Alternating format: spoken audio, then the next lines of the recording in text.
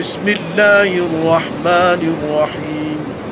شروع خدا کا نام لے کر جو بڑا مہربان نہایت رحم والا ہے۔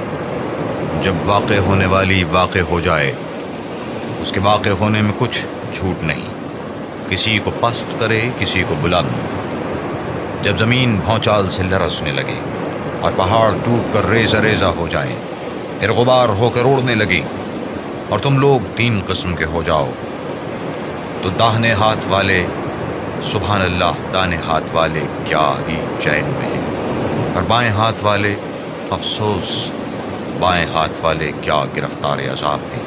اور جو آگے بڑھنے والے ہیں ان کا کیا کہنا، وہ آگے ہی بڑھنے والے ہیں، وہی خدا کے مقرب ہیں۔ نعمت کی بہشتوں میں وہ بہت سے تو اگلے لوگوں میں سے ہوں گے اور تھوڑے سے پچھلوں میں سے۔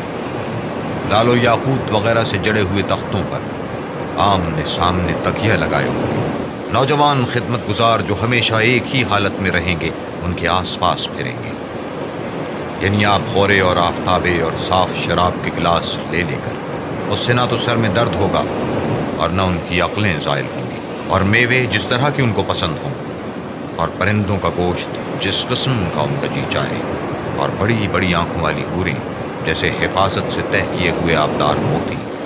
یہ ان کے اعمال کا بدلہ ہے جو وہ کرتے تھے۔ وہاں نہ بیہودہ بات سنیں گے اور نہ گالی گلوچ، ہاں ان کا کلام سلام سلام ہوگا۔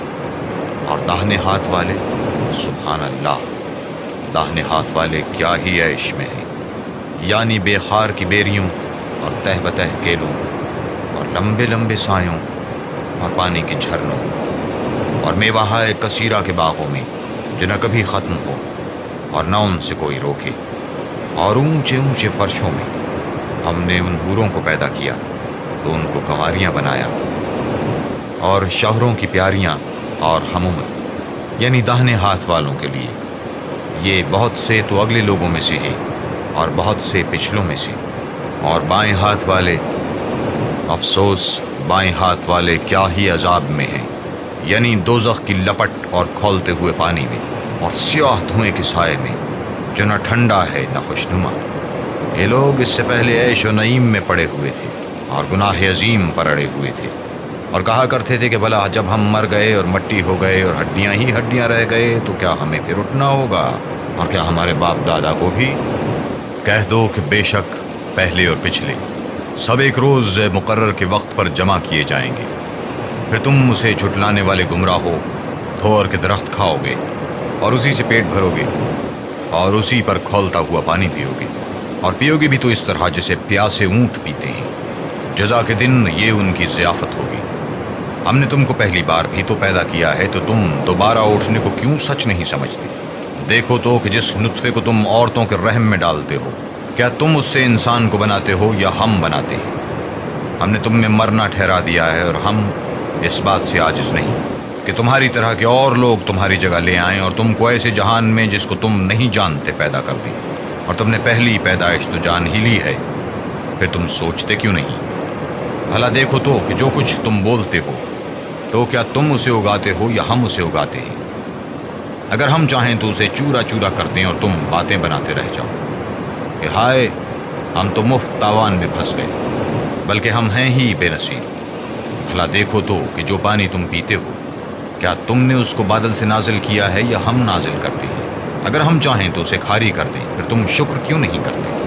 بھلا دیکھو تو جو آگ تم درخت سے نکالتے ہو کیا تم نے اس کے درخت کو پیدا کیا ہے یا ہم پیدا کرتے ہیں؟ ہم نے اسے یاد دلانے اور مسافروں کے برتنے کو بنایا ہے، تو تم اپنے پروردگار بزرگ کے نام کی تسبیح کرو۔